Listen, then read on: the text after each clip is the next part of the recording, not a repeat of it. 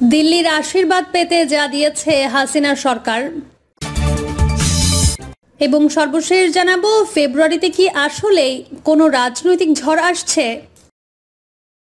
এতক্ষণ শুনছিলেন সংবাদ শিরোনাম, এবার বিস্তারিত। দিল্লির আশীর্বাদ পেতে যা দিয়েছে হাসিনা সরকার, ভারতকে যা দিয়েছি সেটি তারা সারা জীবন মনে রাখবে। উক্তিটি শেখ হাসিনার। ছাত্র জনতার গণ অভ্যুত্থানের মুখে গত 5 আগস্ট পদত্যাগ করে তিনি পালিয়ে আশ্রয় নেন প্রতিবেশী দেশ ভারতে। বর্তমানে তিনি দিল্লির সমর্থনে দেশবিরোধী নানা কর্মকাণ্ড চালাচ্ছেন। তার হাতে লেগে আছে হাজারো ছাত্র জনতার রক্ত। স্বৈরশাসক শেখ হাসিনার উপর্যুক্ত উক্তির প্রেক্ষাপটে রাজনৈতিক অঙ্গন, কূটনৈতিক মহল ও প্রশাসন সহ জনমনে ঘুরপাক খাচ্ছে আশীর্বাদ পেতে শেখ হাসিনা ভারতকে কি কি দিয়েছেন। দৈনিক আমার দেশ অনুসন্ধান বলছে, গত 15 বছরে শেখ হাসিনা সরকার ভারতের সঙ্গে অন্তত 20টি চুক্তি ও 66টি সমঝোতা স্মারক সই হয়েছে। সংশ্লিষ্ট মন্ত্রণালয়ের তথ্য অনুসারে এসব চুক্তি ও সমঝোতা স্মারকের অধিকাংশই একতরফাভাবে ভারতের স্বার্থ রক্ষা করে সম্পাদিত হয়েছে। ফলে চুক্তিগুলো পর্যালোচনার দাবি করেছেন দেশের অধিকাংশ রাজনৈতিক দল ও সামাজিক সাংস্কৃতিক গঠন সহ বিভিন্ন শ্রেণী পেশার নাগরিকরা। সীমান্তে অবৈধ কাঁটাতারের বেড়া নির্মাণে গোপন 4 চুক্তি। বাংলাদেশ ও ভারতের মধ্যে 4156 কিলোমিটার সীমান্ত এলাকার মধ্যে 3271 কিলোমিটার এলাকাতেই ভারত অবৈধভাবে কাঁটাতারের বেড়া তৈরির কাজ শেষ করেছে। ভারত অত্যন্ত গোপনে 2010 সালে শুরু করবে 2024 সালে শেখ হাসিনার পতনের আগ মুহূর্ত পর্যন্ত বেড়া নির্মাণের কাজ। সীমান্ত ইস্যুতে ভারতকে অন্যায্য সুবিধা দিয়ে শেখ হাসিনা 4টি চুক্তি করেছিলেন বলে আমার দেশকে জানিয়েছেন স্বরাষ্ট্র মন্ত্রণালয়ের একজন ঊর্ধ্বতন কর্মকর্তা। তিনি বলেন, অন্তর্বর্তী সরকারের সময়ে গত কয়েক মাস ভারত চুপ থেকে অবশিষ্ট 875 কিলোমিটার এলাকায় কাঁটাতারের বেড়া নির্মাণের সর্বশক্তি প্রয়োগ করেছে। বিজিবি বাধা দিতে গেলে ভারতীয় সীমান্ত রক্ষী বাহিনী শেখ হাসিনার আমলের চুক্তিগুলো রেফারেন্স দিচ্ছে। সীমান্ত ইস্যুতে গোপন এই চুক্তিগুলোর বিষয়ে স্বরাষ্ট্র উপদেষ্টা লেফটেন্যান্ট জেনারেল মোহাম্মদ জাহাঙ্গীর আলম চৌধুরীর দৃষ্টি আকর্ষণ করা হলে সাংবাদিকদের তিনি বলেন, সীমান্তের শূন্য রেখার ভেতরে অবৈধভাবে কাঁটাতারের বেড়া নির্মাণের জন্য 2010 সালে শেখ হাসিনা ভারতের প্রস্তাবে সম্মতি দিয়েছেন। পরবর্তী সময়ে ভারত ও বাংলাদেশ এ বিষয়ে 4টি সমঝোতা স্মারকে সই করেছে। অসম এসব চুক্তি বাতিল করার জন্য আমরা ভারতীয় কর্তৃপক্ষকে চিঠি দেওয়ার সিদ্ধান্ত নিয়েছি। উপদেষ্টা জানান, বাংলাদেশ ভারত যুগ্ম সীমান্ত নির্দেশনাবলী 1975 অনুযায়ী উভয় দেশের শূন্য রেখায় 150 গজের মধ্যে প্রতিরক্ষার সংবলিত যে কোনো কাজ সম্পন্নের বিষয়ে সুস্পষ্ট নিষেধাজ্ঞা রয়েছে। এছাড়া উভয় দেশের প্রয়োজনে শূন্য রেখা থেকে 150 গজের মধ্যে যে কোনো উন্নয়নমূলক কাজ করার ক্ষেত্রে একে অপরের সম্মতি নেওয়ার বাধ্যবাধকতা রয়েছে। 2010 সালের পর বাংলাদেশ এবং ভারতের মধ্যে বিদ্যমান 4156 কিলোমিটার সীমান্তের মধ্যে 3271 কিলোমিটার এলাকায় ভারত সব নিয়ম নীতি লঙ্ঘন করে কাঁটাতারের বেড়া নির্মাণ করেছে। এমনকি বাকি 885 কিলোমিটার এলাকায় কাঁটাতারের বেড়া নির্মাণে ভারত চেষ্টা চালিয়ে যাচ্ছে। আমরা এটা কোনোভাবে করতে দেব না। প্রতিনিয়ত প্রতিটি এলাকা আমরা নজরদারিতে রেখেছি। ভারত একতরফা ট্রানজিট পেলেও বাংলাদেশ সিঙ্গাপুর হয়নি। বহুল আলোচিত, সমালোচিত ও বিতর্কিত 11 সরকারের হাত ধরে 2009 সালে শেখ হাসিনা সরকার গঠনের পর প্রতিবেশী দেশ ভারতকে ট্রানজিট দেওয়ার বিষয়ে জোরে সোরে আলোচনা বসে। সেই সময়ের সরকারের মন্ত্রী ও আমলাদের মুখে মুখে ছিল, ভারতকে ট্রানজিট দিলে সিঙ্গাপুর, ব্যাংকক, দুবাইয়ের মতো হয়ে উঠবে বাংলাদেশের অর্থনীতি ও অবকাঠামো। সরকারের কেউ কেউ তখন বাংলাদেশ ইউরোপ আমেরিকার দেশগুলোর মতো হবে বলেও প্রচার করে। নৌ পরিবহন মন্ত্রণালয় সূত্র জানিয়েছে, ভারত ও বাংলাদেশ প্রথম নৌ ট্রানজিট চুক্তি স্বাক্ষর করে 2010 সালের নভেম্বর মাসে। এর আগে নৌ মন্ত্রণালয় চুক্তির খসড়া পর্যালোচনা করে মতামত চেয়ে তা আইন মন্ত্রণালয়ে পাঠানো হয়। আইন মন্ত্রণালয় নেতিবাচক মতামত দিয়ে কিছু পর্যবেক্ষণ সহ 3 দফায় চুক্তির খসড়াটি নৌ পরিবহন মন্ত্রণালয় ফেরত পাঠিয়ে দেয়।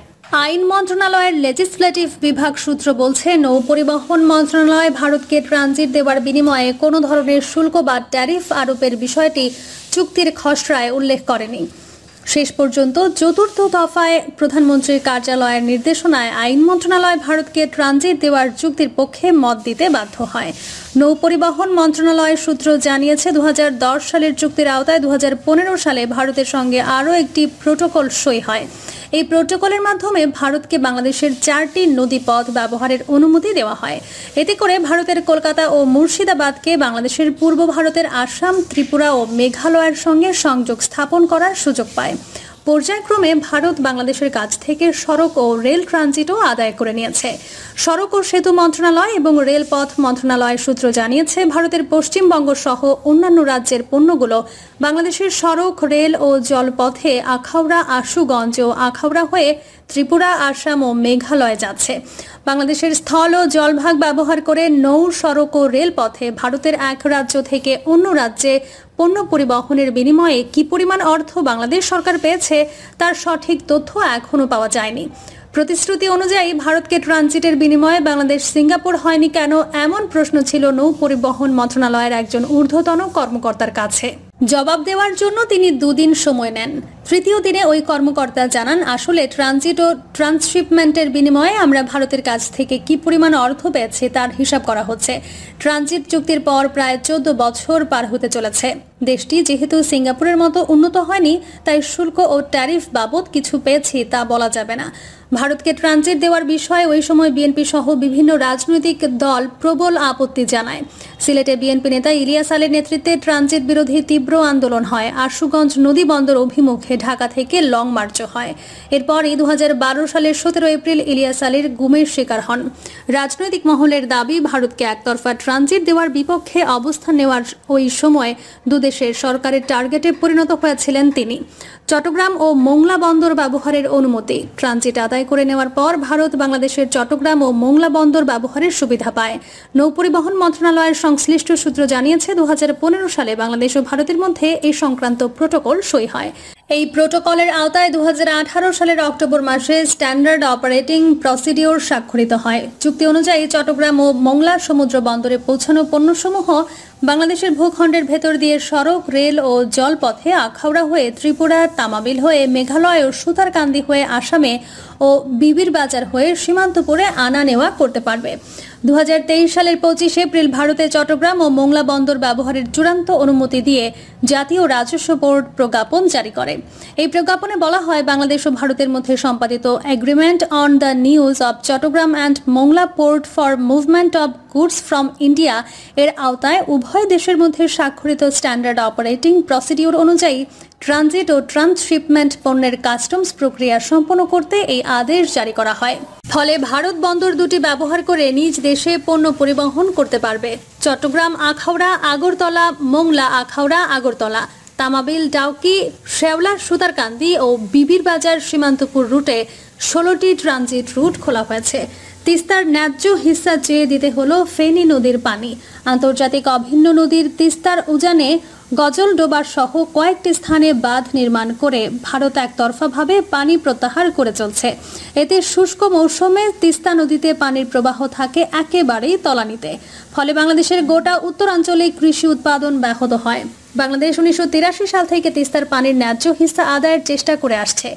ভারতও একের পর এক প্রতিশ্রুতি দিয়ে পানি বন্টন চুক্তি করছে না, উল্টো আন্তর্জাতিক নদী শাসন আইন লঙ্ঘন করে পানি প্রত্যাহার করে নিচ্ছে। 2019 সালের অক্টোবরে ক্ষমতাচ্যুত প্রধানমন্ত্রী শেখ হাসিনার ভারত সফরের সময় তিস্তার পানি বন্টন চুক্তি হবে এমন অঙ্গীকার করে উভয় দেশ। সফরে 2 শীর্ষ নেতার বৈঠকের আলোচ্য সূচিতে তিস্তা চুক্তির খসড়া তো দূরের কথা, আন্তর্জাতিক এই নদীর পানির প্রবাহের কথাটি ওঠেনি।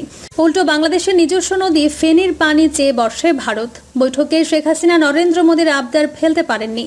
দ্বিপক্ষীয় চুক্তি অনুযায়ী বাংলাদেশ ভারতকে 1.82 কিউসেক পানি দেওয়ার প্রতিশ্রুতি দেয়। এই চুক্তির আগে শেখ হাসিনা জাতীয় সংসদ ও মন্ত্রিসভার অনুমোদন নেননি বলে অভিযোগ ওঠে। পানি বিশেষজ্ঞরা সহ দেশের বিভিন্ন রাজনৈতিক দল ও সামাজিক সংগঠন এই চুক্তির তীব্র সমালোচনা করে। এই চুক্তির পর দেশে ফিরে শেখ হাসিনা একটি সংবাদ সম্মেলন করে সমালোচনার জবাব দেন। ভারতকে ফেনী নদীর পানি দেওয়ার পক্ষে সাফাই গেয়ে শেখ হাসিনার সংবাদ সম্মেলনে বলেন, ত্রিপুরার মানুষকে কিছু পানি খাওয়ার জন্য দিচ্ছি। এই বিশাল নদীর কিছু পানি ভারতকে দেওয়ার ফলে এত চিৎকার করা হচ্ছে কেন? ভারত পান করার জন্য কিছু পানি চেয়েছে, আমরা দিয়েছি। এটা নিয়ে কিছু মানুষ খুব সমালোচনা করছে এবং লেখালেখি করছে, আর বিএনপি তো সমালোচনা করেই চলেছে। তারা এটা নিয়ে সমালোচনা করছে কোন মুখে? ফেব্রুয়ারিতে কি আসলেই কোনো রাজনৈতিক ঝড় আসছে? বাংলাদেশের রাজনৈতিক ও অর্থনৈতিক সংকট কয়েক বছর ধরে তৈরি হচ্ছে, কিন্তু গত আগস্টের শাসন ব্যবস্থার পরিবর্তনের আশা নিয়ে হাজির পাচ্ছে। অনেকে বিশ্বাস করেন যে এটি একটি নতুন শুরুর সূচনা। প্রিয় দর্শক, এই ছিল এখনকার সর্বশেষ সংবাদ। আপডেট সব সংবাদ পেতে চ্যানেলটি সাবস্ক্রাইব করে বেল আইকনটি ক্লিক করে রাখুন।